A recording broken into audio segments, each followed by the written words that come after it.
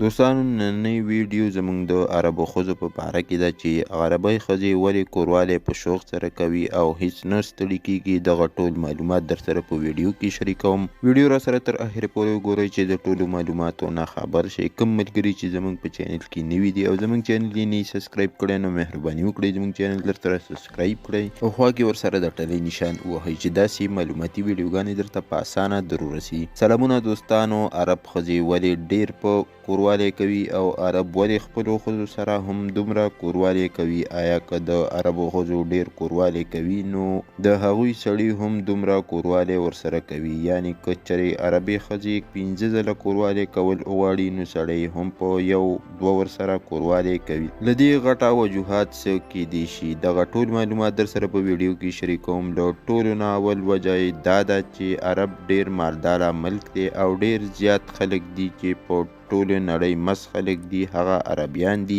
یعنی په ملکونو کې دوی په ځان کې هغه ځای باندې ډیره خرچه کوي کوم چې د دوی خواهش پوره کوي. یعنی جنسي خواهشاتو باندې ډیره خرچه کوي. دوی له دغه کار کولو ډیر زیات شوقیان دي چې دوی ډیر کوروالی کول غواړي ځکه چې دوی ډیرې پیسې لري او هر څیز دوی خوړلی شي. که له ټولو غټ څیز چې دوی استعمال کړي هغه کجوره چواره ممیز ډیر زیات استعمالوي. له دې خوراک سره په دوی شوق زیاتیږي او کوروالی ورسره ډیر کولی شي. که ښځه وي نو 15 کجورې او څه مقدار ممیز وخوري. خوړلو سره له دې شوق زیاتیږي او بیا ډیر کوروالی ته یې زړه کیږي او دی به هغه زیات کوروالی هم کوي.